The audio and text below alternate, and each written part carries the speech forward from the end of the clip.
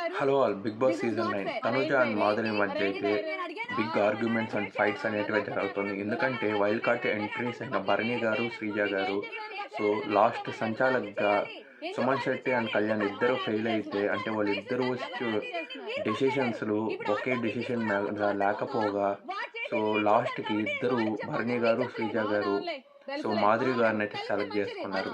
ఇక్కడ మాధురి గారు ఏంటంటే శ్రీజాకే సపోర్ట్ చేశారు.